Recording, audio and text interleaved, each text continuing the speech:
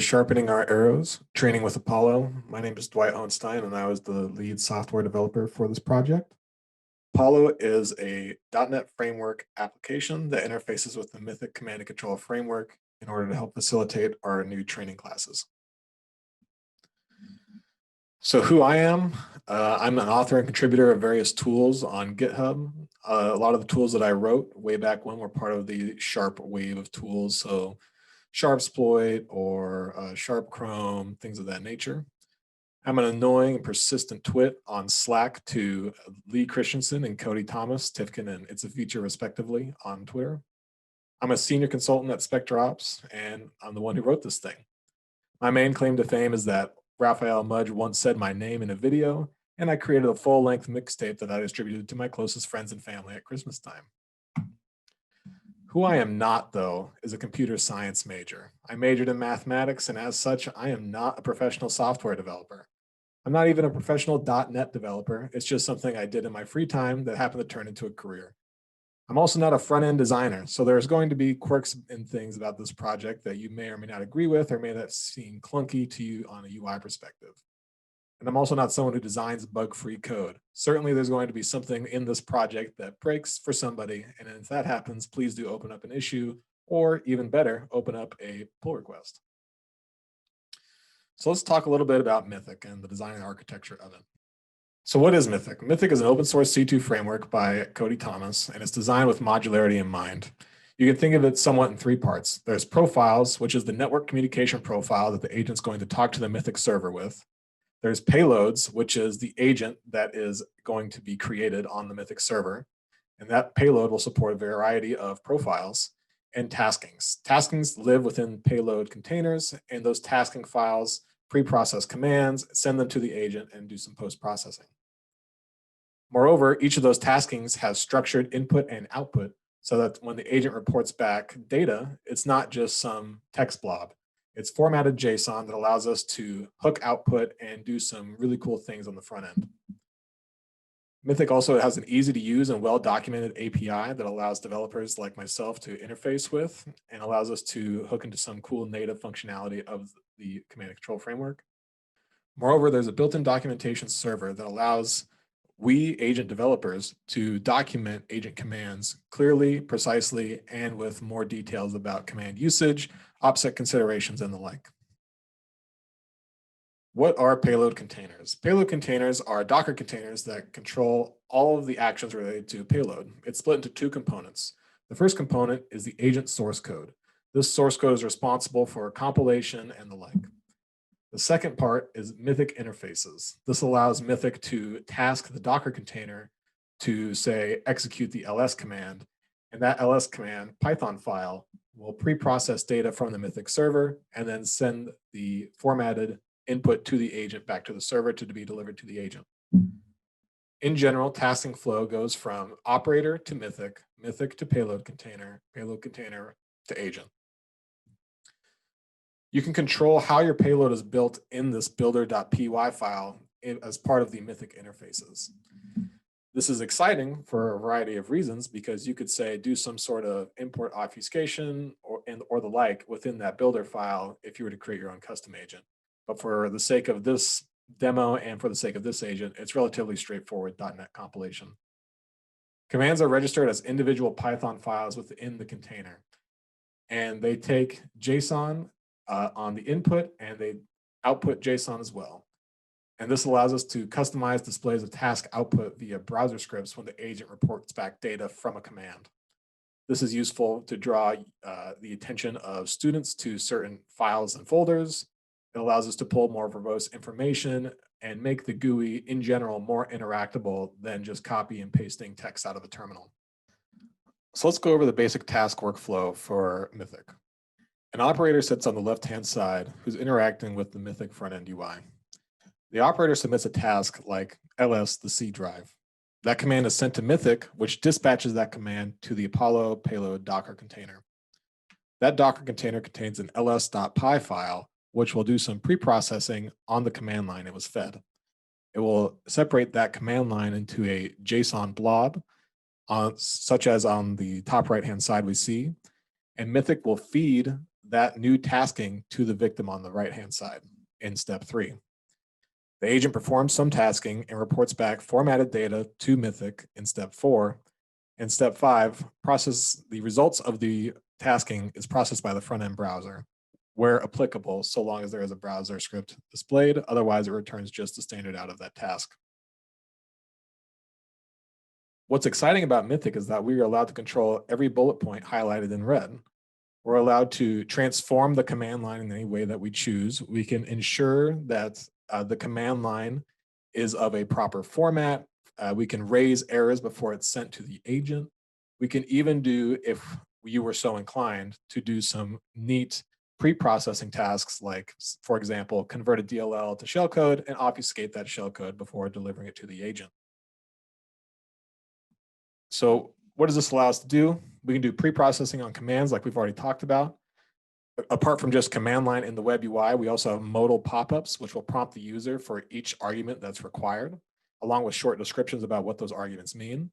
The pop-ups are, in general, more user-friendly for new users who don't necessarily know what the command does or what the arguments mean. Moreover, we have that documentation container that allows them to interrogate each command more vigorously.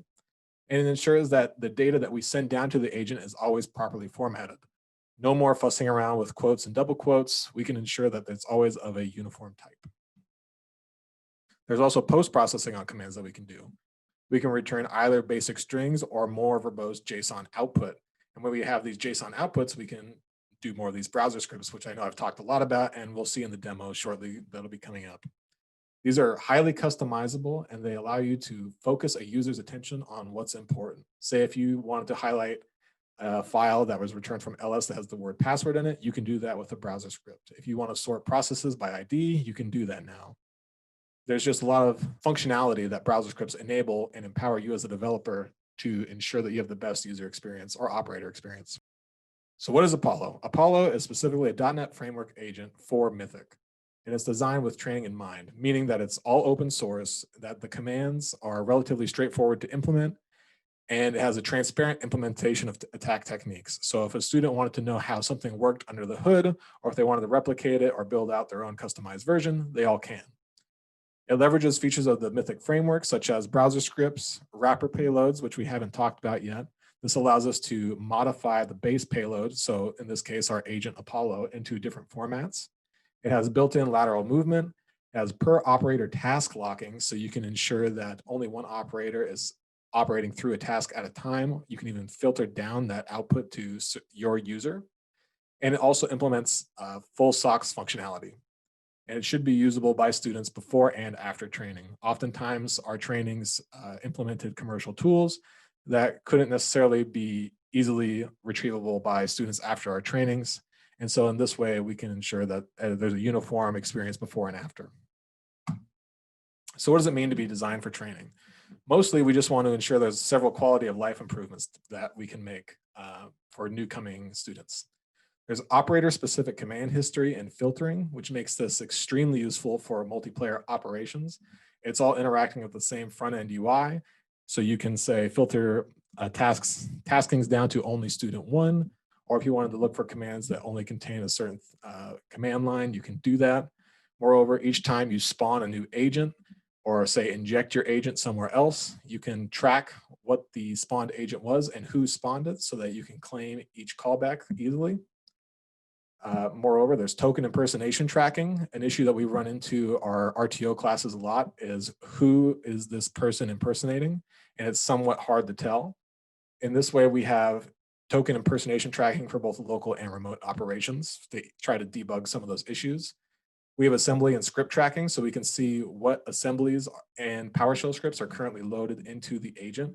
And we can also go back through a task history and see what commands led up to, say, a student's potential problem area. There's also a verbose command output that's sortable, meaning that we can have a full file listing with full paths. We can copy those paths to clipboards. We can store permission information from those files to make it more easily accessible to see where potential vulnerabilities might lie on disk. Moreover, when we say it's designed for training, it's that it's non-evasive. A lot of the evasive egress channels that might be in other agents, such as like WebSockets or external C2. That is not built in at the moment. And so we only call back over the basic HTTP profile for Mythic, which means we hit a static endpoint. And there's several static indicators essentially. And there's no obfuscation done to the agent at compile time. It's all should be introspective by AMSI.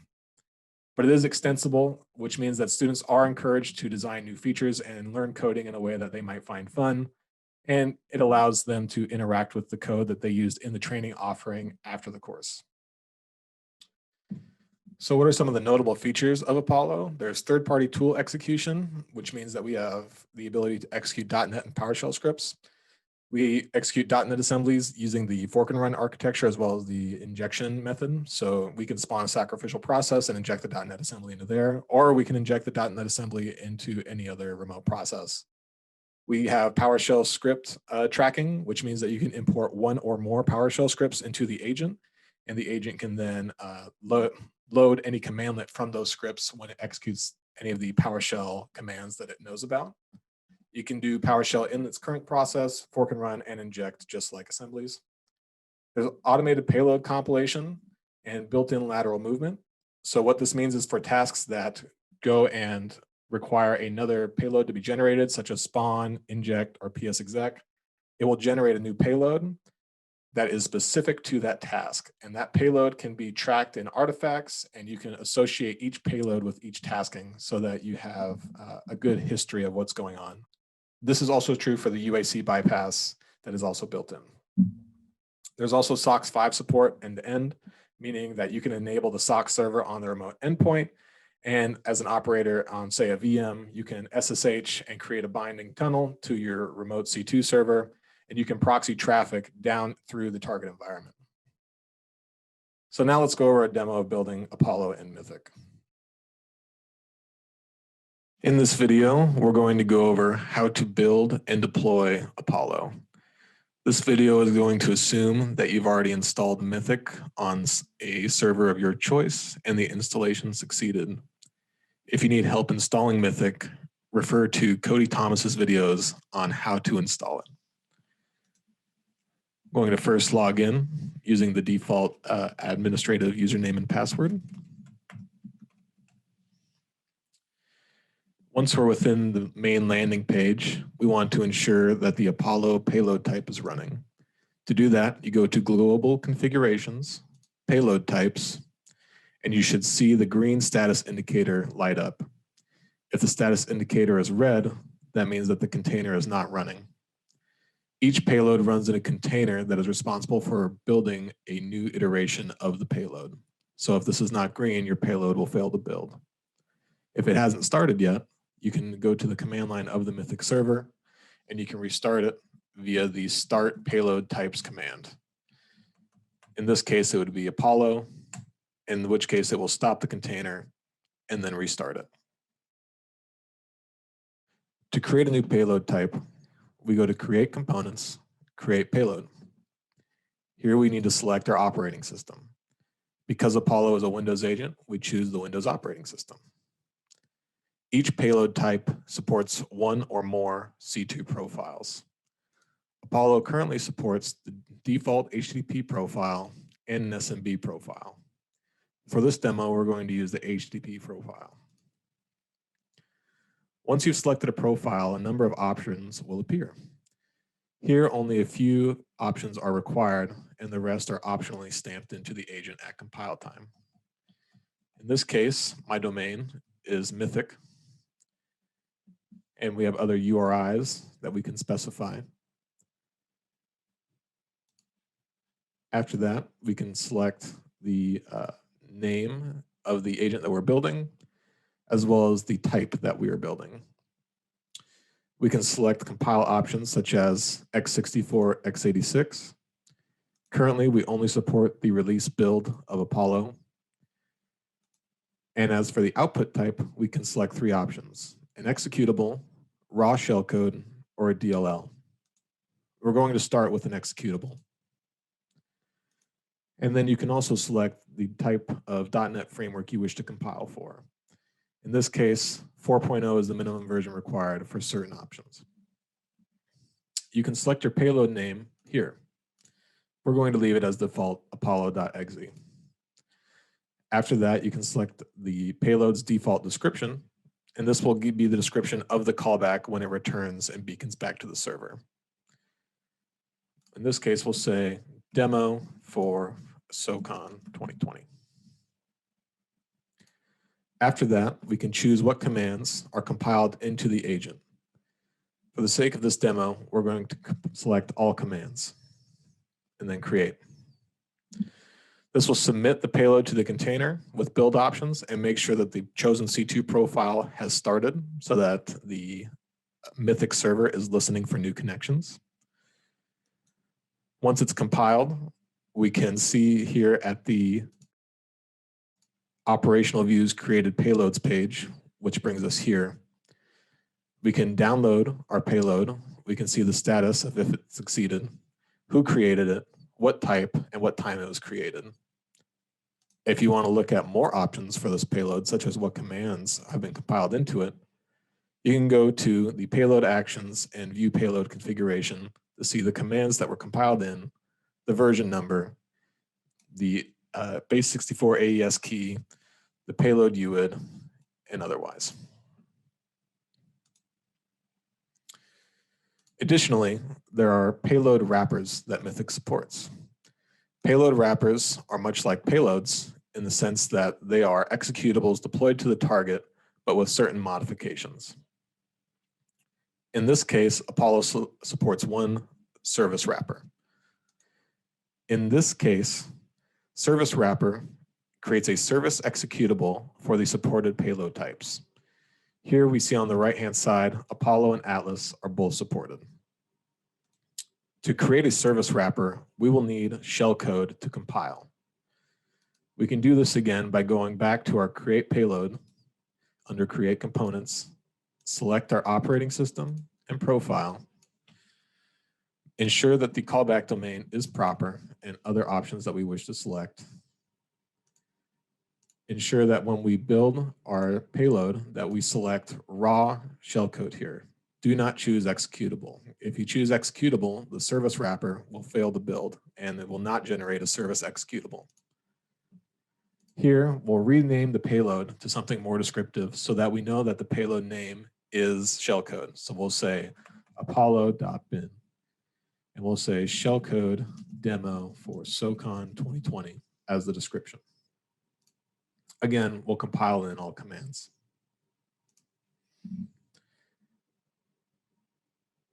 Once this successfully builds, we'll be able to go back to the create wrapper under create components, select our service wrapper, select the version of the .NET framework. In this case, since Apollo runs 4.0, we should select 4.0 so that the proper CLR is selected when this service executable launches. Create the same matching architecture and build. And in this case, we're selecting our apollo.bin file. In this dropdown, you can select any number of payloads, but if you do not select a shellcode file, the service wrapper will fail to generate. We'll name this apollo service.exe because this is a service executable. Let's say service executable demo for SOCON 2020. And click create. Once created, it will take this generated shellcode file, which was created using the Wover's donut project, and embed it into the service wrapper project as an embedded resource. When the service starts, it simply does create thread and points to the shellcode that you provided. And that's it. We now know how to create a payload wrapper, a payload, generate raw executables, and how to generate shellcode.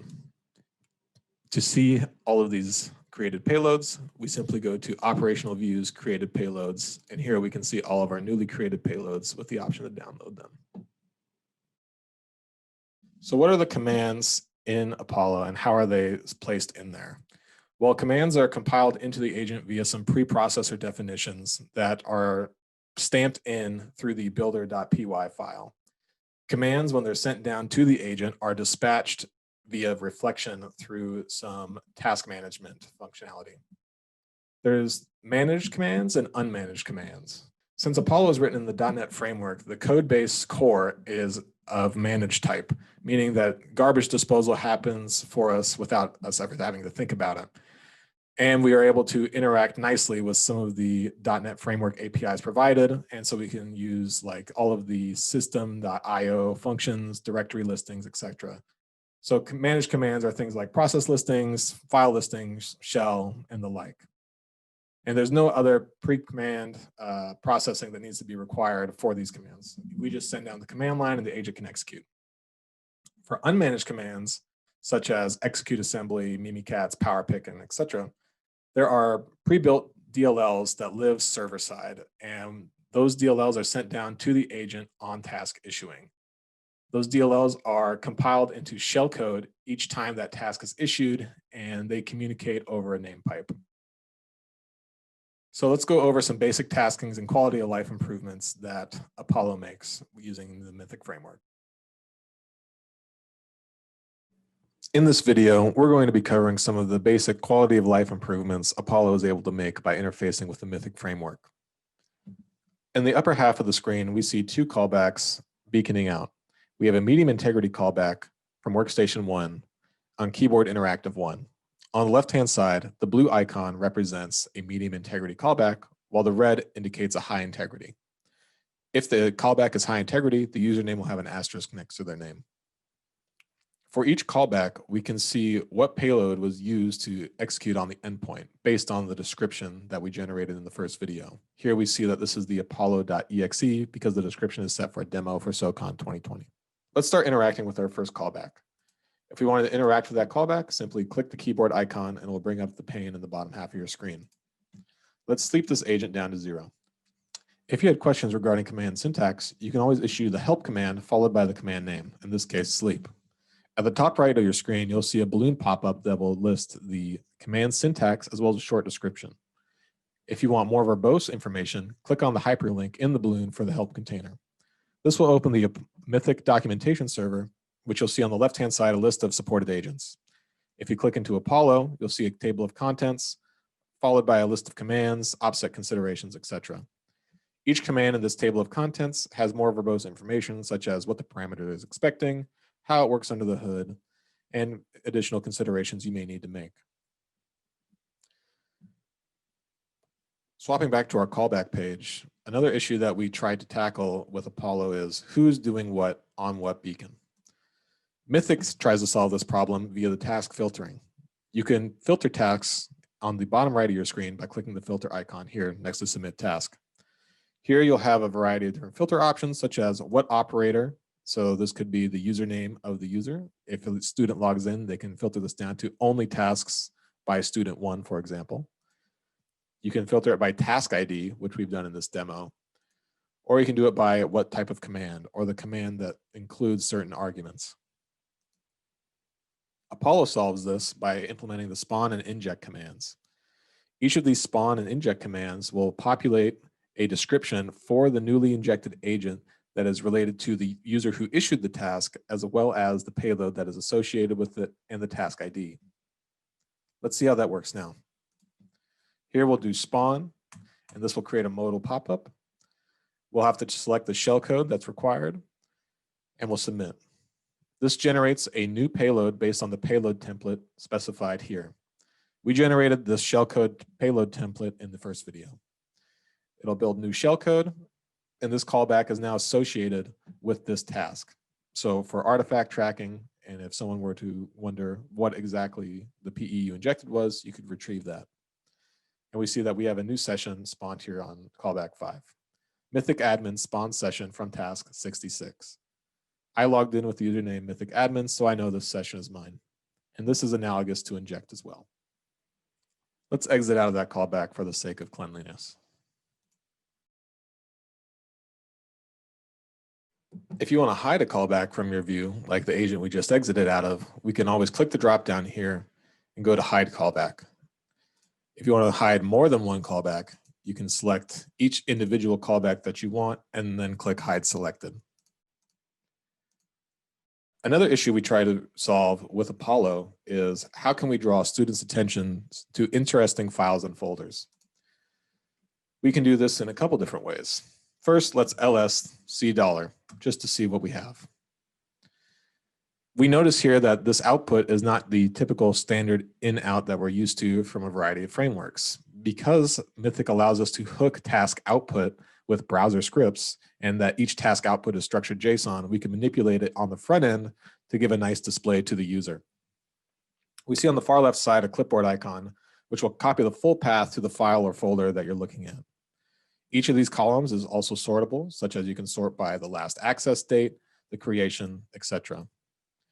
Moreover, each file that it retrieves will also pull the associated permissions for that object. Moreover, if we try to click on the access control list for one of these files or objects, we can see the associated permissions for each account.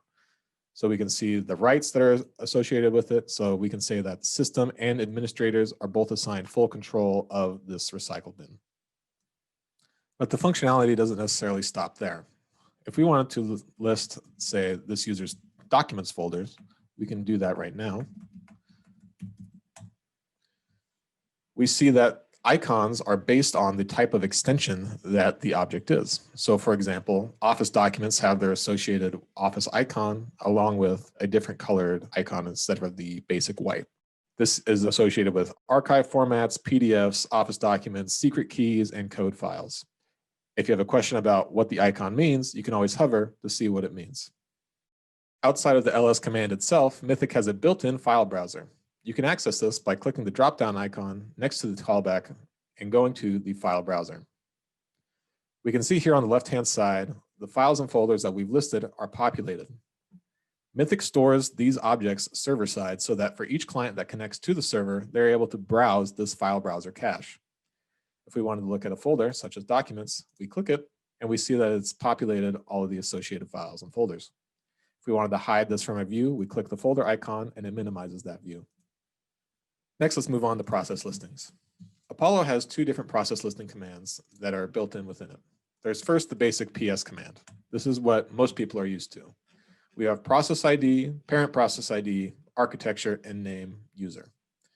We can sort each of these columns again by numerical hierarchy, the architecture associated with it, such as if we wanted to find a target for injection, and more. Apollo implements a secondary command called psfull. What this command will do is it will try to retrieve process information in a more verbose manner. It'll pull things such as the description of the executable and the company name if it can, along with several other items that we can examine in this informational pane. If we click one of these informational icons, a new pop-up will appear that will tell you the integrity level of the process path, the command line that it was launched with, and what desktop session it's running in. Let's see how this psfull command works in high integrity, because it's only slightly different. This differs only by the sense that we were able to retrieve more information from processes with our high integrity because we're able to open more handles and interrogate them. If a process is running in high or system level integrity, you'll notice that the informational icon is now turned red. This allows you to easily identify what processes are running in high integrity. And we see that indeed it is running with a high mandatory level. On the left-hand side, as was with the previous modal, each of these things is copyable. So if you wanted to say change your spawn to this process path, you could. Once the psfull command has been issued, the process browser inside of Mythic will be populated. This is again accessible by going to the dropdown and viewing processes. Here you'll be able to see the full process tree hierarchy if you wanted to see what parent process has what child processes and more. Next, let's move on to the net commands. The net commands try to mimic net.exe, except its only job is to query information, not modify.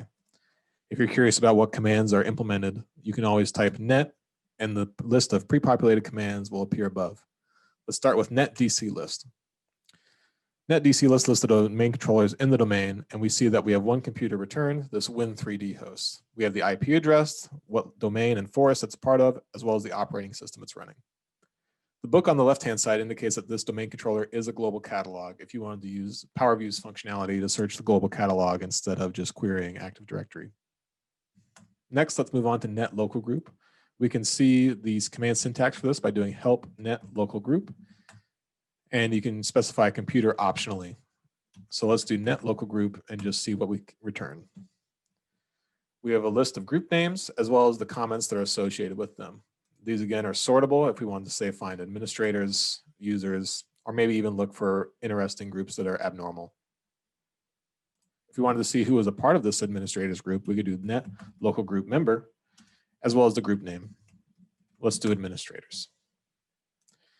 Here we see that the administrator account is in the administrators, this user, as well as this domain account, low priv, and domain admins. On the left-hand side, a user icon is specified if it's a user, and the group icon is specified if it's a group. We have the domain SID as well, the group name, and computer. Lastly, let's move on to the registry commands. The registry can kind of be an opaque data store for new students to try to comprehend. We try to simplify this down into 3 functions: querying subkeys, querying values, and writing values. Let's see what querying subkeys might look like. We can do reg query subkeys HKCU. Here a list of subkeys is returned, and if we wanted to see copy out this subkey in particular, the full path, and further interrogate it, we can by copying the clipboard icon and then doing the command again of reg query and then pasting the new key. If we wanted to see values of a particular key, we can do that as well by doing reg query values, and this will return all the values stored in that registry key. Here we see all of the colors in the control panel. We can see the type of data being stored in there, in this case strings. These are RGB values, as well as the default value. If this is a byte array, it would also tell you so, and you can try to copy that data out and further parse it. So let's talk more about unmanaged commands. Projects are built as command name _ architecture.dll. This is because each unmanaged command needs to have each architecture specific DLL built so that the agent knows when it's injecting which DLL to inject. On tasking, Mythic will find the architecture appropriate DLL and convert that DLL to shellcode using SRDI. Each of these unmanaged commands retrieves standard input and output from a name pipe until it reads an end of file indicator. Each of these unmanaged command files implement an Apollo SMB server file. These are added to all the unmanaged projects, and they export a function without name mangling. This is so that it plays nicely with the SRDI project when we compile it to shellcode. This function within this file is responsible for creating the name pipe server and ensuring that it redirects all of the input and output from that process to the name pipe. Moreover, each of these unmanaged commands can set their injection techniques dynamically, meaning that by default, Apollo uses create remote thread for processes that are going to use the fork and run architecture. It also uses the create remote thread technique for PS inject and assembly inject. However, there's also one additional injection technique currently built in if users wanted to play with it, such as QUser APC. This uses the early bird technique so that for fork and run, it will work fine, but if you were to inject into a remote process that's already running, it would most likely fail. So let's go over the workflow of unmanaged taskings. So on the first step, an unmanaged task is sent to the Apollo payload container, something like Mimikatz, Acrosa, logon passwords. The payload container then will go and find the Mimikatz _ architecture.dll. This architecture is callback specific. So if your callback is 64-bit, it will find the 64-bit version of Mimikatz from the file system. It will convert that DLL to shellcode using SRDI, using the exported function name that's in that Apollo SMB server file. That function takes one argument, and that is a pipe name to open and bind to. Once that DLL has been converted to shellcode, that shellcode will register itself as a file within Mythic, and it will finish processing the rest of the command parameters. As we see towards the middle of our screen, we have a JSON blob, and this is what the rough arguments to the Mimikatz command look like. We have the command that we want Mimikatz to run, the pipe name for which to communicate input and output, as well as the file ID in loader stub ID that is correlating to the Mimikatz shellcode. After that, we submit the task to the agent, and we'll go from there. This is what the task workflow looks like from the client side. In the previous slide, we saw what happens when the operator issues the Mimikatz command, and this is what happens when the Apollo agent pulls. So when the Apollo agent receives a task, such as Mimikatz, it'll fetch the file specified by the loader stub ID argument. It'll start a sacrificial process that you can specify by spawn to, but by default uses run DLL32, and will suspend and inject the modified Mimikatz shellcode into that remote process. It injects it using the injection technique that's currently active, and by default uses create remote thread. Once the shellcode has been executed, it will open up a named pipe server that is specified by the named pipe in the command arguments and wait for a new connection. Apollo will then connect to the named pipe server, sending various Mimikatz commands that it was told to send. The process will then read commands from that pipe and then write the output of that Mimikatz command back to the named pipe, and then will, when it finishes executing, write the end of file indicator. Once the agent reads the end of file, it will submit the results back up to Mythic, and that will be that. Apollo implements several unmanaged commands, and here's the list. We have Mimikatz, execute assembly, assembly inject, power pick, PS inject, print spoofer, which is the print spoofer executable project that allows you to take over the SE impersonate privilege and allows you to elevate the system. There's also key logging and the spawn command. So let's demo how the Mimikatz command tasking would look like. In this demo, we're going to be walking through how Apollo implements several unmanaged commands using Mimikatz as an example. Mimikatz is a tool written by Benjamin Delpy to interact with LSASS and do various types of credential manipulation in Windows domains. Apollo uses a custom compiled version of Mimikatz to send down to the agent so that it can interact with Mimikatz over a named pipe. That named pipe is primarily responsible for all communications. The way that this is done is that there's a modification done to Mimikatz source code to open up a named pipe and listen for commands. We then compile the Mimikatz project into DLLs for each architecture, both x64 and x86 respectively, and that's sent down to the agent using SRDI. SRDI is written by Nick Landers, and it is reflective DLL injection.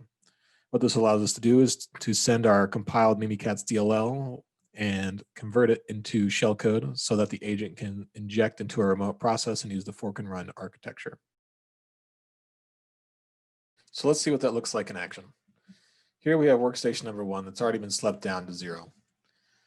We need a high integrity context in order to dump passwords from LSASS. So let's first escalate our privileges using the built-in bypass UAC command.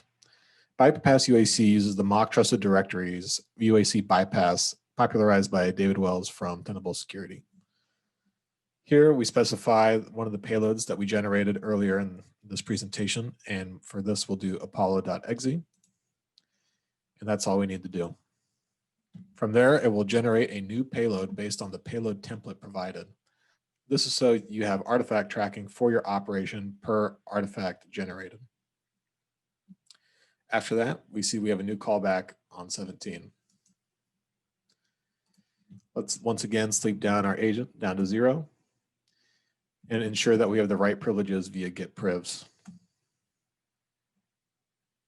Once get privs is executed, it'll return output that shows all the privileges it was able to successfully enable on the agent. And here we see that we do indeed have the SE debug privilege.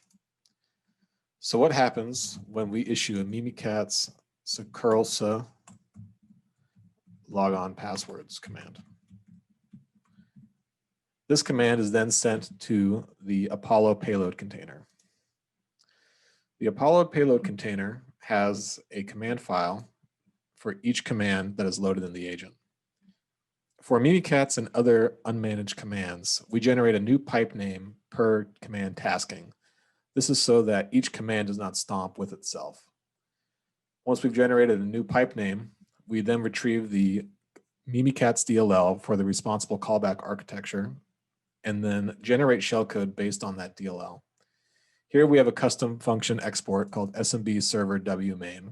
This is the function that's responsible for opening the name pipe and listening for commands and sending the output back over that same name pipe. We then register this new shellcode with the Mythic server via the register file. and then we add that file ID to the parameters sent down to the agent. The agent will then retrieve the file and then inject that shellcode into a remote process, communicate with over the name pipe, and return results. So let's do that now.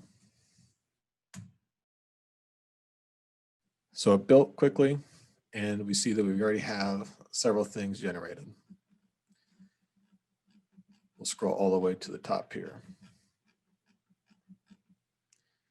We see administrator, lab.administrator, NT hashes, and whatever else, and the plaintext password. Apollo will also try to parse this command output for credentials, and that'll be stored in the Mythic operational credential store over operational views and credentials. And here we can see we have several passwords for the computer account, the administrator, and the low priv account. Once you have new privileges you might like to use, you can use make token and impersonate one of these new accounts that you have. So in this case, make token takes a plain text password, so we'll specify the administrator password here. And lastly, Apollo implements some nice identity tracking with who am I, so that an operator knows who they are for local administration purposes as well as remote. So here we see we're low priv for local operations, but administrator for remote. So once we have credentials from Mimikatz, let's see how we can leverage those credentials to move laterally in an environment. Apollo has one built-in lateral movement command currently, and that is psexec. Psexec works by installing a remote service on the destination computer, starting the service, and waiting for a new callback. Depending on whether or not it's peer-to-peer, you'll have to manually link with that new callback. First, let's see who we are. We are low priv for local and remote operations. Let's see where we can try to pivot to. In this case, let's just list the DCs for the domain. Here we see we have one DC, this Win3D host. The little book on the left-hand side here indicates that this domain controller is a global catalog, and we have its IP address, the domain, the forest, etc. Let's try to list this host. We don't have access as our user account. However, at a previous demo, we ran Mimikatz and populated the Mythic credential store in operational views credentials. So let's do a make token command now. We're going to make token for the administrator of lab, our current domain. Now when we run who am I, we'll see that we are low priv for local operations and administrator for remote. If we try to ls that directory again, we see that we successfully are able to list the $C admin share, which means that we can compromise this host. So let's do that with psexec. Psexec requires a computer name, which will be the domain controller we just saw. So it requires a computer name, a payload template for which to build a new payload of, and the remote path if you want to specify one where that new service executable will be dropped on the host.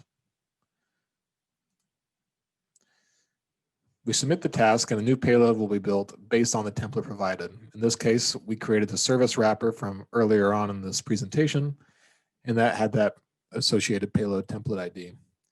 Here we see that we were able to copy the payload to the remote public share with this executable name. And it's going to try to install the service. So let's wait for that. And there we go. Now we see our new callback has been initiated with system on this new domain controller. We have this service name. We have this display name. We see that it's running and it's still stoppable. We can then go interact with our callback. We can do a PS command just to see and ensure that we are system integrity. We can sleep this down. And there we go. And that will conclude the lateral movement demo. Moving on from lateral movement, let's look at how third-party and .NET assembly execution works. So this is based on the .NET reflective loading project on GitHub by a user named Ambre. It uses fork and run architecture or inject to inject into a remote process. Unlike C2 frameworks like Cobalt Strike, we cannot use on-disk tab completion to fill in the assembly names. This is just a limitation of having a web UI. Since the browser doesn't have access to your file system, we can't tab complete to say like seatbelt.exe. We have to first upload the assembly, which is the registration component. This can be done by the register assembly command. And then once the agent knows about the assembly, it'll cache the bytes of that .NET assembly within the agent to be later executed. Once it knows about that assembly and is cached, it can execute via execute assembly, which will do the fork and run and spawn that sacrificial process, or you can inject it into any process from the processed output. Once you've injected your assembly and you don't want the agent to cache that result anymore, you can unload the assembly via the unload assembly command. PowerShell execution also has 3 variants. We have PowerShell, which allows you to execute PowerShell in your current process. This could be nice because you may not always want to execute PowerShell using the fork and run architecture. This allows you to run things in process and can be sometimes more evasive. PS-inject and PowerPick are both executed via SRDI and through the injection technique that you have specified. PowerPick is akin to execute assembly, where PS-inject allows you to inject your PowerShell script and execute within another process. Say if you wanted to run LDAP commands in a process that looks more normal, you can do that with PS-inject. Lastly, the PowerShell script execution supports multiple scripts being imported simultaneously. This allows you to import, say, PowerView and PowerUp simultaneously without stomping on one another. So this is also useful in training when we're debugging, because oftentimes students will try to say git domain user, but that script will fail because that is not a native PowerShell commandlet, but there's no way to tell if they've already imported the command. So in this way, we can track the scripts that are imported and ensure that we can have multiple scripts at the same time. One downside, again, of the web UI currently is that we cannot autocomplete commandlet names. So it requires you to know the commandlets before you execute your PowerShell commands. They are not tab completable. So let's walk through how third-party assembly and PowerShell execution works. Apollo supports the execution of third-party .NET assemblies and PowerShell scripts. This is done using the fork and run architecture as well as in-process execution. The general workflow follows that of Mimikatz, which loads a DLL off of the Mythic server and then compiles it using SRDI into shellcode. This shellcode is given a name pipe for the agent to communicate with to transact assemblies and output of those assemblies.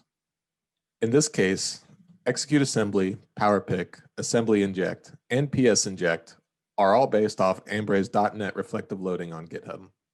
In the case of Mimikatz, the customly compiled version opens a name pipe server and just receives commands in standard IO. For .NET reflective loading, the reflective loader loads an assembly which will open up the name pipe server. The agent then will communicate serialized messages that the remote process knows about to deserialize, load the assembly, and then transact results. Let's look at how this would work in action. Over here in my active callbacks page, accessed by operational views, active callbacks, we have one computer already calling back. And we're going to need to register an assembly. We have to register an assembly with the agent before it's ready for execution. This is because the web UI does not have access to your local file system unless you upload a specific file to it. So in this case, let's upload seatbelt. When we submit a register assembly task, it registers the file with Mythic, and the agent will then pull that file and keep it cached in the agent memory. If we were to list the assemblies currently loaded in the agent, we see that we have 2, seatbelt and current process information. Let's execute seatbelt now. We can do that via execute assembly, the name of the assembly, and any args. So in this case, we'll do group equals user. And the output returns back. If we want to unload an assembly, we can do unload assembly as well to remove it from the agent cache. And now if we list assemblies again, we'll see that there's only one, current process information. Because execute assembly is just a reflectively loaded DLL converted into shellcode, that shellcode can be injected into any process for execution. Let's find a process that we can inject into. Let's first do a process listing, and then we'll sort by architecture. Let's take the PID of Explorer and try to inject into it. If we ever have questions about syntax, we can do help and then the command name, in this case, assembly inject, because we're injecting a remote .NET assembly. At the top right, we see the command usage. And so we'll do assembly inject, the process ID, the architecture, and the assembly name. In this case, current process information.exe. This assembly will return information about the hosting process of which the code is executing so that we can verify that this injection command worked. And as we see, it spits out that we did inject into Explorer with this process ID and that it's operating under this username. Next, let's move on to PowerShell script execution. PowerShell script execution works in the same workflow as execute assembly by first having to register a new PowerShell script with the agent if you wanted to execute a custom script, followed by executing the PowerShell code. We do this via PS import, and in this case, we're going to load up PowerView. If we wanted to see what scripts are currently loaded in the agent, we can do list scripts, and we'll see that PowerView is imported. This helps specifically for training because oftentimes students are wondering how come get domain user is not working when they've never imported the script. So this allows us to verify that scripts are currently loaded in the agent as we expect. We'll do the PowerPick version, which is the fork and run architecture, and we'll do get domain user and our username, which is lowpriv. The task returns and we see information about our user from the domain. The agent can cache one or more PowerShell scripts. This allows it to hold simultaneously PowerView and PowerUp, for example. For the case of this demo, though, we're going to import a test script called Hello World. This Hello World script just has one function, which spits out hello from SOCON. So let's execute PowerPick again, except let's also do our custom function here, which is Hello World. And again, we see our domain output as well as the custom function executing. For commands that require injection, like PowerPick and execute assembly, and even Mimikatz, they will all inject into the remote process using the current injection technique set by the agent. If you want to know what process injection technique the agent's currently using, you can do get current injection technique. We see here that we've been executing PowerPick, execute assembly, and the like using create remote thread injection. If we wanted to see what injection techniques are available to us, we can always list injection techniques. We see here that there's two loaded in the agent, QUser APC injection and create remote thread injection. Let's change our injection technique to QUser APC. We can do that by saying set injection technique and then the injection technique name. From here, we've now set our injection technique to QUser APC, which is the early bird version. If you were to use this injection technique with, say, assembly inject or PS inject, it may or may not work. However, this injection technique is guaranteed to work for, say, PowerPick, and we can verify that again by tabbing back up to our other commands and executing.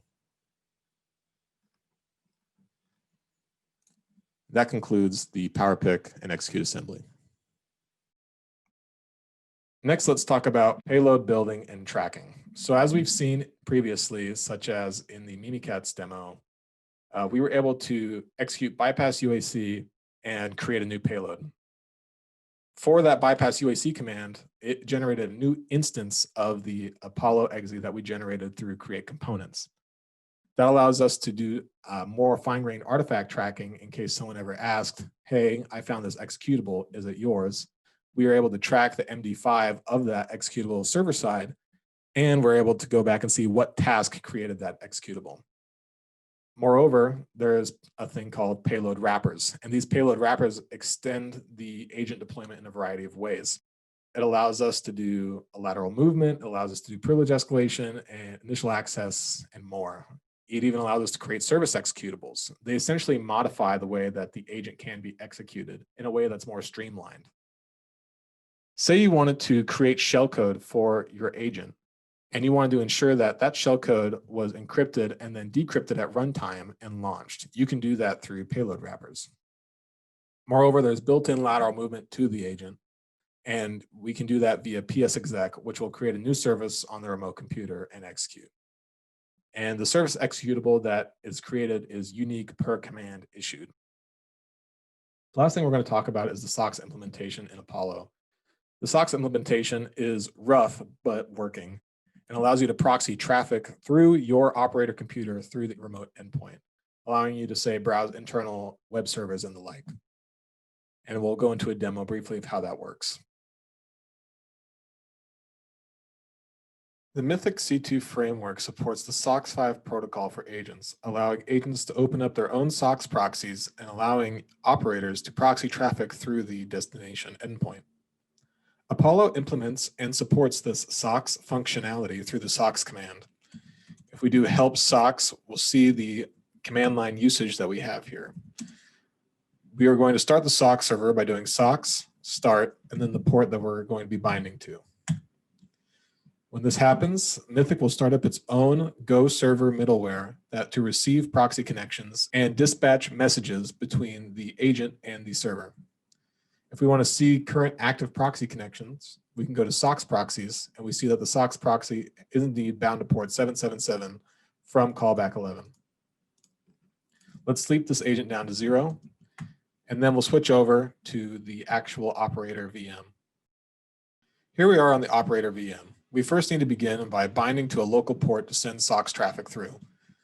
SOCKS traffic is sent through this port via the proxy chains tool, and make sure that your proxy chains configuration is set properly. First, we're going to log in and bind to the server. And we can verify that this Go server is running by grepping for Go server. And we see that it is bound to port 7777. You can also do this again via netstat.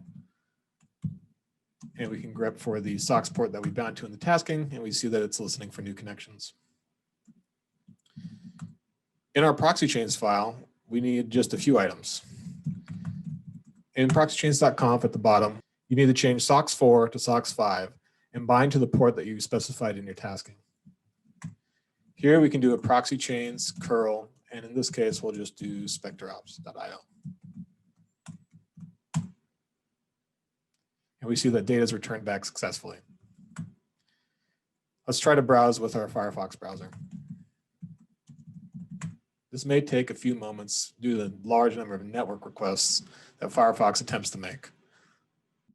Once these first few initial requests are knocked out of the way, you can see that we were able to start Firefox and we were able to load Google successfully. And that concludes SOCKS. In conclusion, Apollo has a relatively stable, solid core set of functionality.